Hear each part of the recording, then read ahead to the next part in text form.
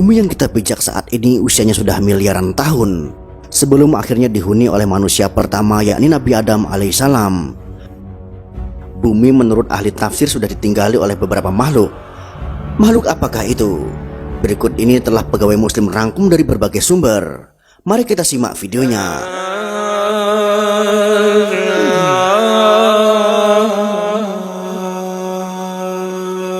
Preview.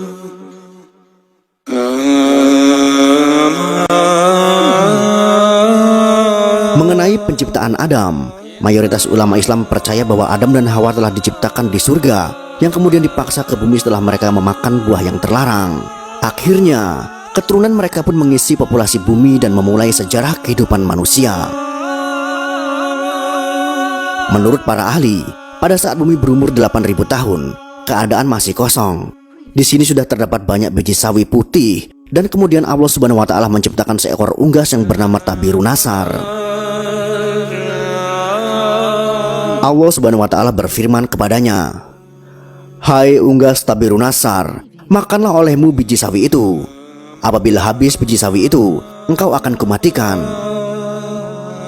Sang unggas pun memakan biji-bijian itu. Namun cara memakannya diatur. Pertama sehari 1 biji yang dimakan. Setelah semakin berkurang, maka kini dimakannya hanya 1 biji sebulan. Biji sawi itu semakin berkurang saja. Saking takutnya terhadap kematian, sang unggas hanya memakan 1 biji dalam setahun. Namun akhirnya habislah biji-biji sawi itu. Tabirunasar pun akhirnya mati. Setelah kematian tersebut, Allah Subhanahu wa Ta'ala menciptakan makhluk lain sebagai penghuni bumi, yaitu 70 orang laki-laki. Namun tidak semuanya langsung diciptakan, melainkan satu persatu Allah Subhanahu wa Ta'ala menciptakannya. Apabila seorang yang meninggal, maka langsung diciptakan yang lain. Masing-masing dari mereka berumur 70.000 tahun. Konon setahun pada masa itu sama dengan 1000 tahun pada masa sekarang.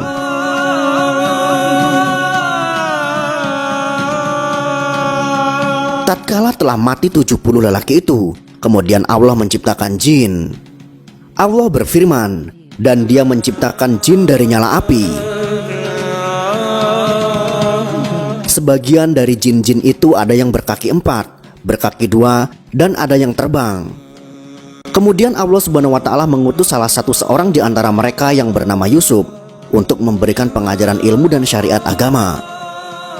Namun, jin-jin itu banyak yang mendustakan ajaran-ajaran tersebut, dan akhirnya Allah Subhanahu wa Ta'ala pun mematikan mereka.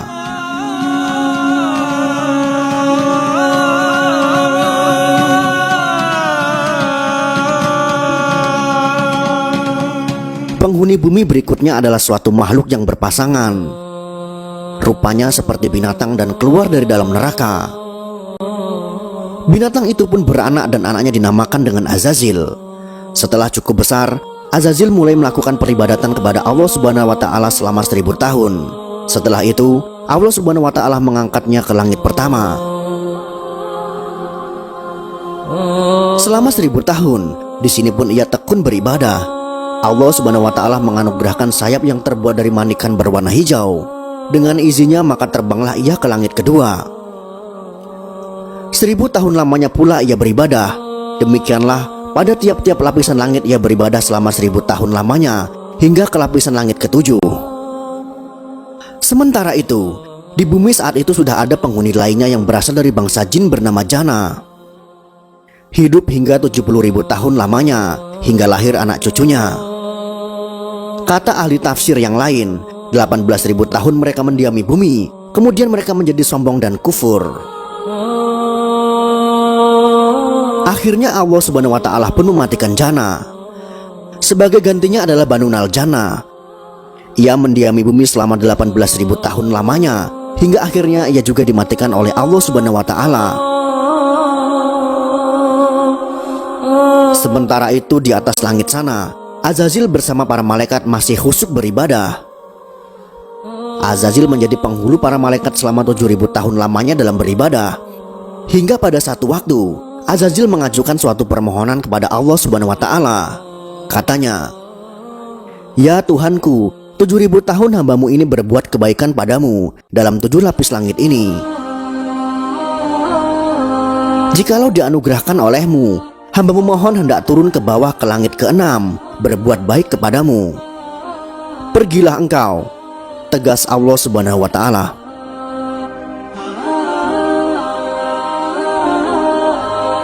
Maka turunlah Azazil atau iblis itu bersama 700 malaikat pengiringnya ke langit ke-6. Setelah merasa cukup, ia pun memohon izin lagi kepada Allah Subhanahu wa Ta'ala agar diturunkan ke langit ke-5. Di langit ke-5 pun ia memohon diturunkan ke langit yang di bawahnya, dan demikian seterusnya hingga sampai mereka di langit dunia. Di langit dunia, Azazil atau iblis mengajukan suatu permohonan pula. Ya Tuhanku, hambamu hendak memohon turun ke bumi dengan para malaikat, bahwasanya hambamu hendak beribadah kepadamu di bumi itu.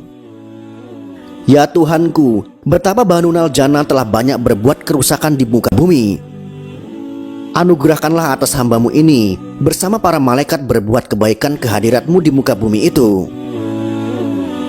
Allah Subhanahu wa Ta'ala pun mengabulkan permohonan Azazil itu. Diturunkanlah ia bersama 700 malaikat yang mengiringinya untuk beribadah di muka bumi, setelah sebelumnya Banunal Jannah dimatikan karena banyak berbuat kerusakan. Setelah 8.000 tahun lamanya beribadah, iblis mencoba mengemukakan ungkapan hatinya bahwa di muka bumi inilah ia begitu betah dan tidak ada tempat lain yang membuatnya betah seperti ini. Akhirnya iblis memohon agar selamanya ia berada di muka bumi untuk berbakti kepada Allah Subhanahu wa Ta'ala. Sampai pada satu waktu, Allah Subhanahu wa Ta'ala berhendak menurunkan suatu keterangan kepada Azazil. Firman-Nya, ingatlah ketika Tuhan berfirman kepada para malaikat, sesungguhnya aku hendak menjadikan khalifah di muka bumi. Mendengar firman Allah tersebut, iblis menjadi berduka karena perasaan dengkinya. Mereka para malaikat pun bertanya kepada Allah Subhanahu wa Ta'ala mengenai siapa yang akan menjadi khalifah itu. Adam namanya, jawab Allah Subhanahu wa Ta'ala. Mereka pun berkata, mengapa engkau hendak menjadikan khalifah di bumi itu orang yang akan membuat kerusakan padanya? Padahal kami senantiasa bertasbih dengan memuji engkau dan mensucikan engkau. Allah Subhanahu wa Ta'ala berfirman, sesungguhnya aku mengetahui apa yang engkau tidak ketahui.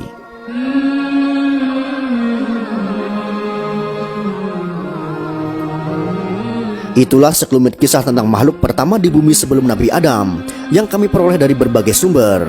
Semoga informasi ini bisa bermanfaat untuk kita semua. Wallahu a'lam bishawab.